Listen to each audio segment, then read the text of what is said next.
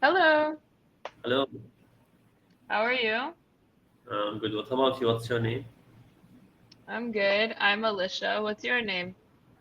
My name is Ahmed. Ahmed. Nice to meet you. Where are you Thanks. Can you guess? from? I don't know. Maybe a Middle Eastern country, I would say based on your name. Yes, that's right. I'm from Middle East. That's right. But which state in Middle East? Which state or which country? Which one is correct? Or Which country? which country? Which state Which it's mistake? Yeah, because a state is different parts of a country, but a country Uh, is like s- State Iraq, it's Iran, Saudi uh, are countries. state it's smaller than country. Yes. Oh, okay. Anyway, Yes. which state? Exactly. Which country? Which country? Sorry. Which country? Which country? Which country? Okay. Um, okay. Can you tell me what time it is for you? That's the way to know my country. But I'm not gonna search anything. I'm Hmm. not gonna search Uh, anything. it's going to be 7 o'clock in the morning. It's going to be 7 o'clock in the morning. Are Hmm. you in The, Iran? no. No. Iraq? Hmm. Yes.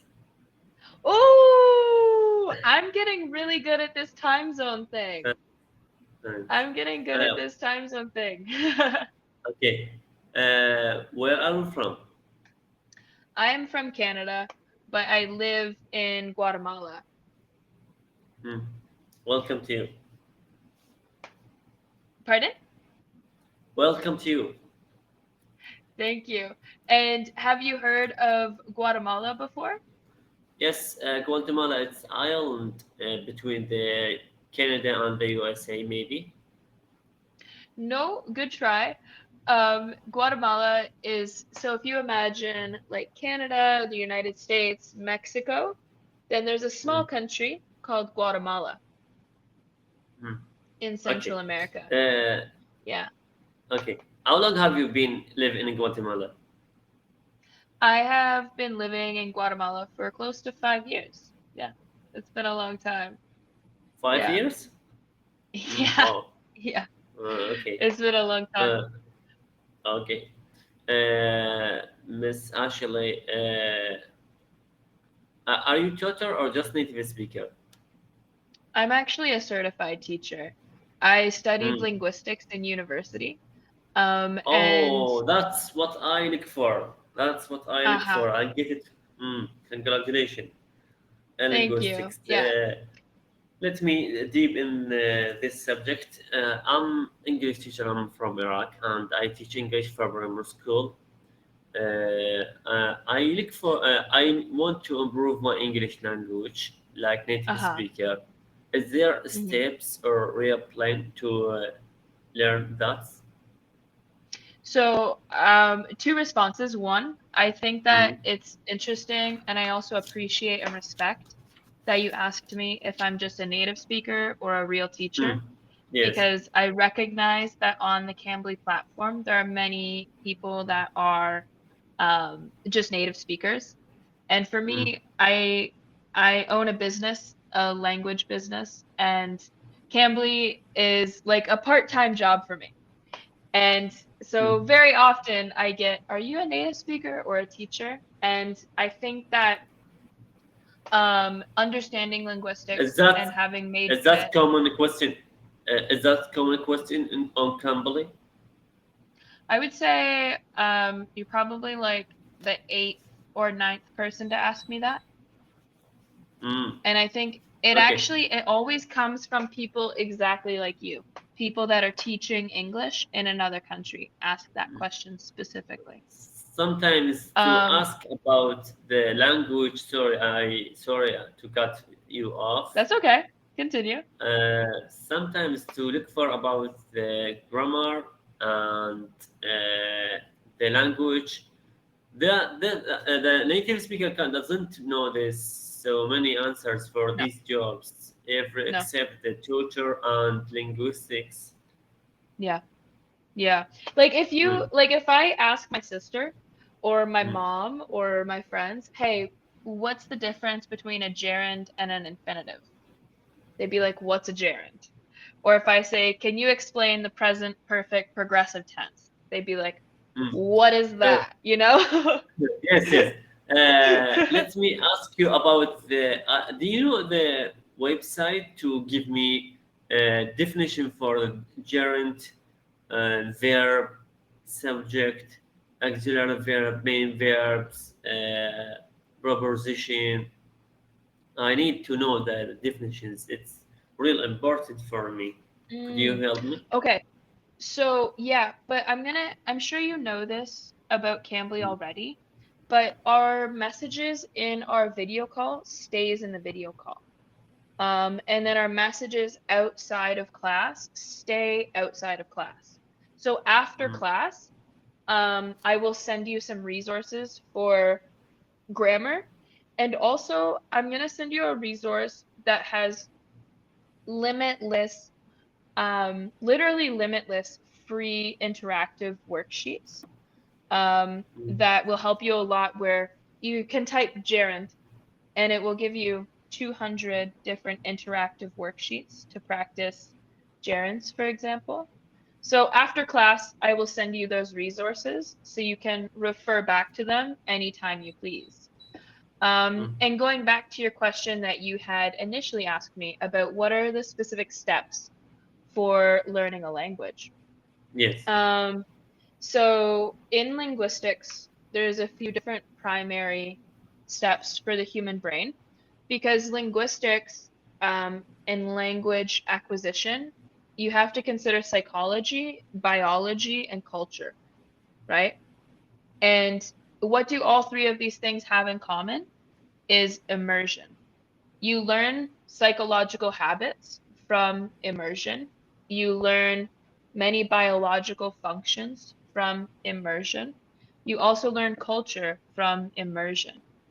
And so the primary thing is the same way a baby learns.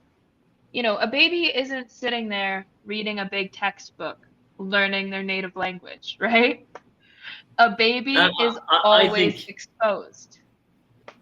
yes, that's mean. I think baby learns. That's mean too. It's very important for the person who want to learn any language in the world because Mm, exposure the language or ask about anything.